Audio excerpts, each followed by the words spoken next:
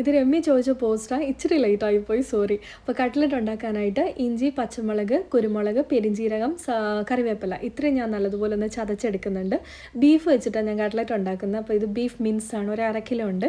അതിൻ്റെ അകത്തിലോട്ട് ഈ നേരത്തെ ചതച്ച് വെച്ച മസാലയും ഉപ്പും മഞ്ഞൾപ്പൊടിയും കൂടി ഇട്ട് നല്ലതുപോലെ ഒന്ന് പുരട്ടി കുക്കറിൽ ഒരു 5 വിസിൽ ഞാൻ വേവിക്കുന്നുണ്ട്. വെള്ളം ഒഴിക്കേണ്ട. പിന്നെ സെയിം മസാലക്കൂട്ട് ഒരു വട്ടവും കൂടി ഒന്ന് ഉണ്ടാക്കി വെക്കണം. അത് വേവുന്ന സമയം കൊണ്ട് കുറച്ച് സവാള കുനുകുന അരിഞ്ഞെടുത്തിട്ടുണ്ട്.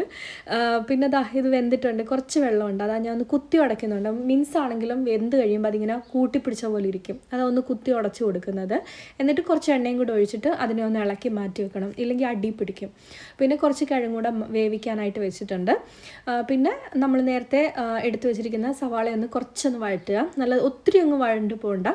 മിൻസ് ഞാനൊന്നുകൂടെ ഒന്ന് ചോപ്പ് ചെയ്യുന്നുണ്ട്. പിന്നെ നേരത്തെ ചതച്ച് വെച്ച മസാല ഇപ്പോൾ ഈ ഉള്ളിക്കകത്തിലോട്ട് ഇട്ട് അതിൻ്റെ അകത്തിലോട്ട് ഉപ്പും മുളക് പൊടിയും മഞ്ഞൾപ്പൊടിയും കുറച്ച് ഗരം മസാലയും കൂടി ഇട്ടിട്ട് നേരത്തെ ചതച്ച് വെച്ച മസാലയും കൂടി ഇട്ട് ഒന്ന് ഇളക്കിയിട്ട് നമ്മൾ മിൻസ് ചോപ്പ് ചെയ്തേക്കുന്നതും കൂടെ ഇടുക. എന്നിട്ട് അത് നല്ലതുപോലെ ഒന്ന് പിടിച്ച് കഴിയുമ്പോൾ കിഴങ്ങ് വേവിച്ചുടച്ചതും കൂടെ അതിൻ്റെ അകത്തിലോട്ട് ചേർത്ത് നല്ലതുപോലെ ഒന്ന് ഇളക്കി തണുത്ത് കഴിയുമ്പോൾ അതിനെ പാറ്റീസ് പോലെ ഒന്ന് ആക്കിയെടുക്കാം. നമുക്ക് വേണ്ട ഷേപ്പിലാക്കാം. ഞാൻ മിക്കവാറും ഈ ഒരു ഷേപ്പിലെടുക്കുന്നത്. ഇത് കുറച്ച് കോൺഫ്ലോർ വെള്ളം ഒഴിച്ച് കലക്കുകയാണ്. അതിൻ്റെ അകത്തിലോട്ട് മുട്ട പൊട്ടിച്ചൊഴിച്ചിട്ട് നമ്മൾ ഈ പാറ്റീസിനെ കോട്ട് ചെയ്യുകയാണെങ്കിൽ കട്ട്ലറ്റ് ഉണ്ടാക്കുമ്പോൾ പൊട്ടിപ്പോവില്ല. അപ്പോൾ അതേപോലെ മുട്ടയിൽ കോട്ട് ചെയ്തിട്ട് ബ്രെഡ് ക്രംസിലും കോട്ട് ചെയ്ത് ഇതേപോലെ നിരത്തി ഫ്രീസറിലോട്ട് വെക്കുക. അത് കുറച്ച് നേരം ഒരു 2 മണിക്കൂറൊക്കെ ഇരുന്ന് കഴിയുമ്പോൾ നല്ല സെറ്റാവും.